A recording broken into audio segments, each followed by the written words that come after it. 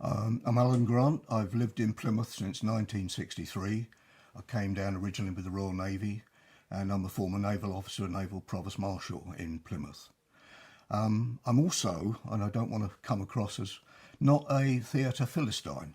I actually go to the Theatre Royal 10 or 12 times a year with my family. I did a quick count recently and I spent over £2,000 in the Theatre Royal last year alone on tickets. I won't be buying the Chinese production at 115 quid each in June, but I do spend my money in the theatre and I do support it. I'm also a member of the theatre's writing groups at the Cat Down establishment. I've had a short play put on at the Theatre Royal in the Drum, and I am actively involved in theatre. My problem is what's happened in the name of theatre and the name of Bianca and what's happened more recently. My biggest concern is the complete lack of consultation on this project. Absolutely zilch consultation with the public of Plymouth. Bearing in mind this is a public statue on a public pavement and pseudo-public money paying for it, the people of Plymouth deserved a little bit more than to be arbitrarily told in October 2016, oh, by the way, we're going to give you a statue on your pavement. And the statue is going to be called Bianca, and it's going to be based around a character in Othello. It's going to be 1.5 times the size of a double-decker bus, 30 foot wide. Oh, and by the way, in future, all theatre goers will walk into the theatre under and through the outstretched legs of Bianca. So the people of Plymouth, not being daft, did their research. Bianca is actually a prostitute character from Othello. So here we are, we're going to have a Theatre Royal imposing a 30-foot statue and requiring theatre goers to walk through the outstretched legs of the statue to get in. The planning officer made it quite clear the statue will be adjacent to the entrance of the Theatre Royal. Now this is all being pronounced at the same time as internationally, nationally, you had a major campaign from women generally saying we're fed up with misogynist behaviour in the theatre, in cinema, Harvey Weinstein, in Parliament with MPs, in big business with top executives exploiting women. Now this is all going on, and here we go. Plymouth Theatre Royal decides to announce that they're going to have a statue of a prostitute and you're going to enter under and through the legs of the statue. Now, they didn't seem to cotton on that Plymouth people objected to that, and I objected to it as soon as I heard of it. A lot of my female friends vociferous that they were no way they were going to enter under and through the legs of this statue. So that was the basis of the campaign that started, and other people have taken their own actions in respect of it. My first thoughts was I couldn't believe it. As presented, now I have to say, as presented, it was presented as a statue of a character, Othello, Bianca. You're starting to use the word messenger. That's the rebranding exercise that's been going on after 2 years of realising that Plymouth people are not going to accept Bianca. And you can call it what you like, but the damage is done. Messenger will always be known as Bianca the Prosy. Now, the posh people call them courtesans in the theatre, but the people of Plymouth, and the letters page was full of it, were saying, we're not having a prostitute put in the Royal Parade. So, that was the sort of basis of the arguments that were going down. I could not believe it, that anybody could be so insensitive as to think this was important, and to be so insensitive not to think that we're going to put one of the biggest statues ever built in the middle of our main highway and not consult the people of Plymouth about it, not in consulting. I then compare what's recently happened. You may not be aware, but there's a Lady Astor statue appeal. This statue, Bianca, was supposed to be on the theme of the power of women. And how the hell they got to, Bianca and a character from Othello representing the power of women, I don't know. But we've now got a current campaign to erect a statue to Nancy Astor. She was the first woman MP ever to take her seat in the House 100 years ago this year. She was an American and she lived in Plymouth and became the first MP for Devonport. Now, the people organising that statue are consulting with the people of Plymouth about the statue. They're asking them for ideas on design. They're asking them for ideas on fundraising. That was totally missing from the Bianca fiasco that is now 2.5 years on since it was first announced in October 2016. One of the dodges that were tried was that instead of putting it to public planning, they were going to sign it off behind closed doors. They're allowed to do this if they genuinely believe that there would be no public objections. They didn't genuinely believe that, but what they tried to do was slip it away behind closed doors. I heard about it about a week before the committee that was on anyway, and I'm looking at the agenda. Where's the Bianca statue thing? Wasn't on there. So I started digging around using the FOI, Freedom of Information Act, and found that in fact they were going to try and sign it off behind closed doors as of no real public significance. Hello?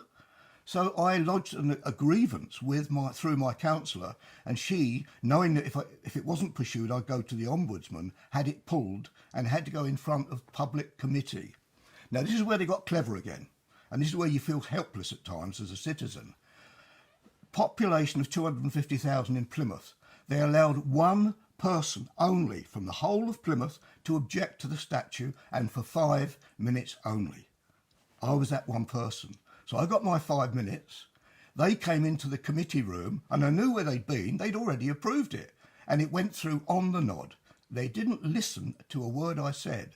There were others who wanted to complain, including the Tree Conservation Group, because the erection of this statue means the destruction, and they've already cut it down, of a perfectly healthy ash tree, one of the row that was planted in Royal Parade in commemoration of the dead of Plymouth in the Second World War and the rebuild of Plymouth in 1947. So they planted all these trees down Royal Parade. This is the 4th tree, according to the Tree Conservation Society locally, that the Theatre Royal have had destroyed.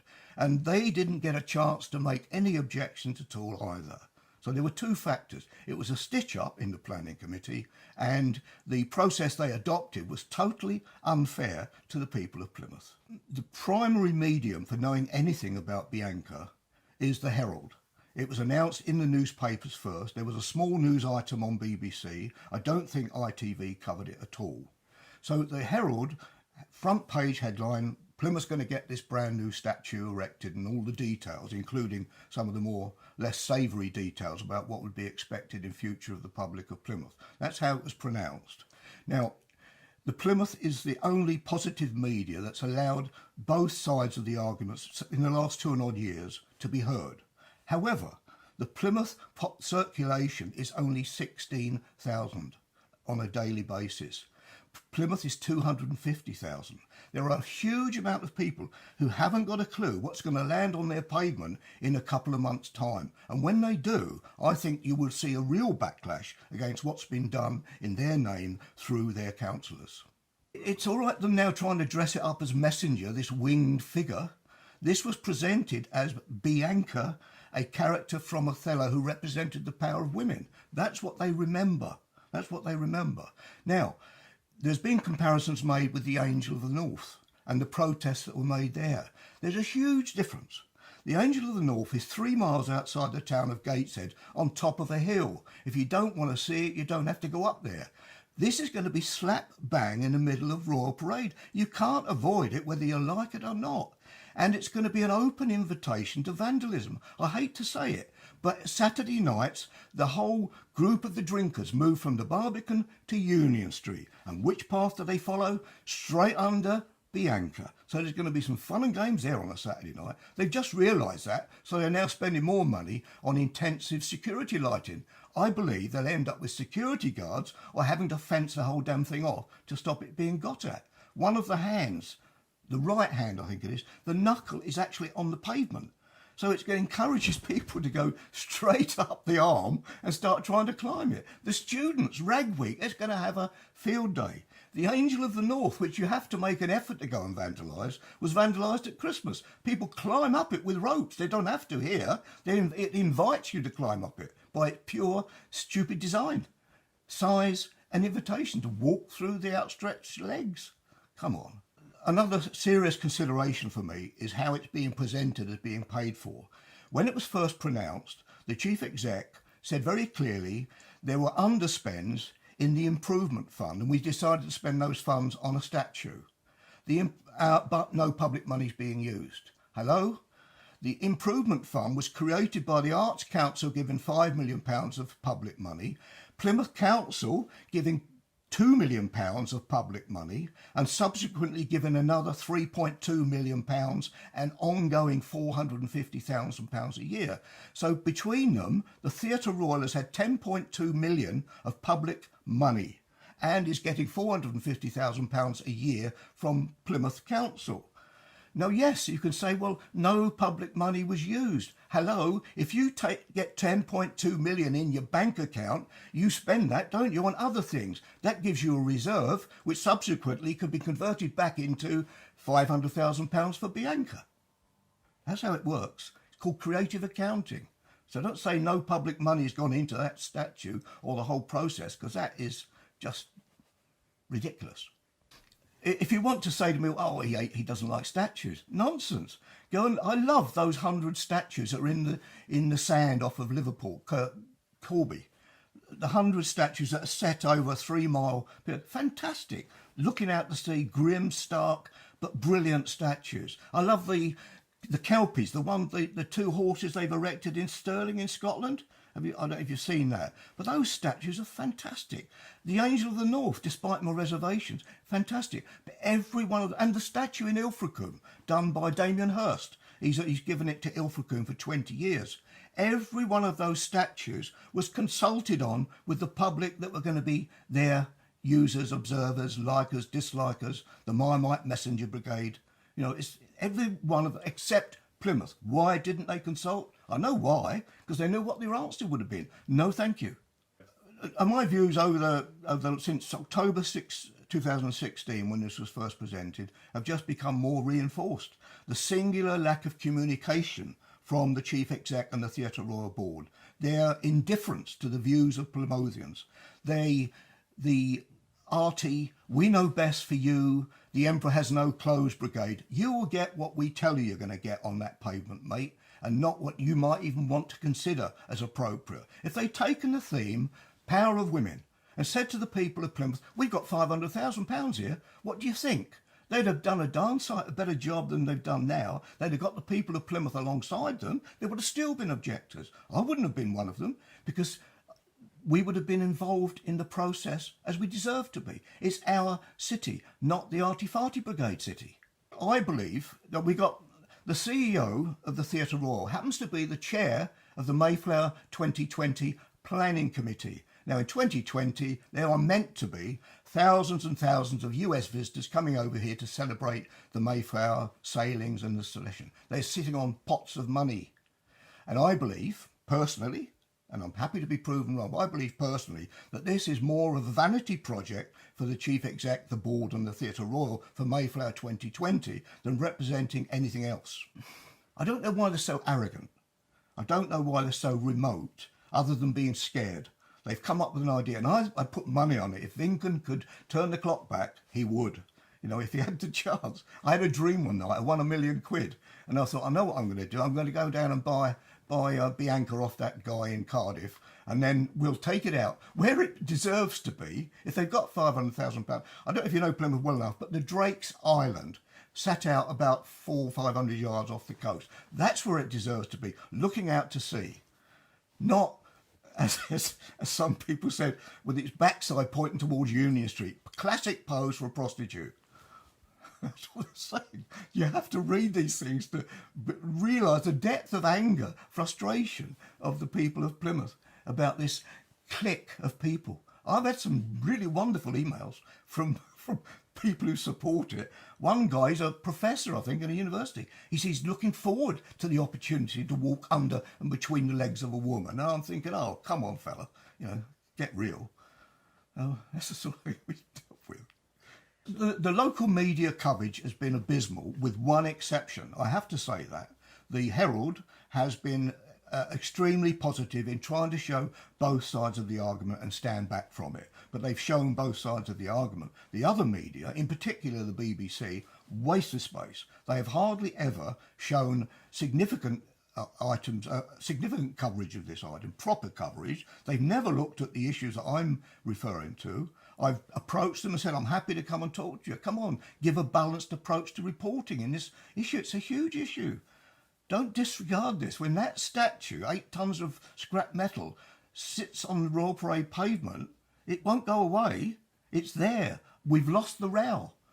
We've lost it. But we're not going to give up. And I don't want to be sitting here in 2 years' time saying, I told you so. But I'll tell you what, watch the vandalism aspect. Watch the ridicule that Plymouth will come into when people say, how much? 500,000 quid? Where did they get that money from? At the same time, Plymouth's been cutting back services for vulnerable people, closing libraries. The council's given them 5.2 million since austerity began. And then they justify it by saying, oh, well, it's a regional theatre. It is called, the word's called regional.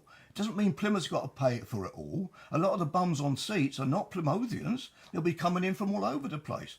So, you know, they're just out of touch. Out of touch. And I'm not criticising Theatre Royal. I've had some wonderful times in the Theatre Royal as a theatre experience. I wouldn't miss it. But they made it. They got this one wrong. Promise you. Oh yes, there will be positives if you want more cars in the car park as people come to gawp at it. I mean, Damien Hirst's statue in Ilfracombe, according to the council, brought an extra 5,000 cars into their car parks. We don't want an extra 5,000 cars in our car parks. We haven't got enough room now. So the positives will be people will come and gawp. They'll come and want to see it.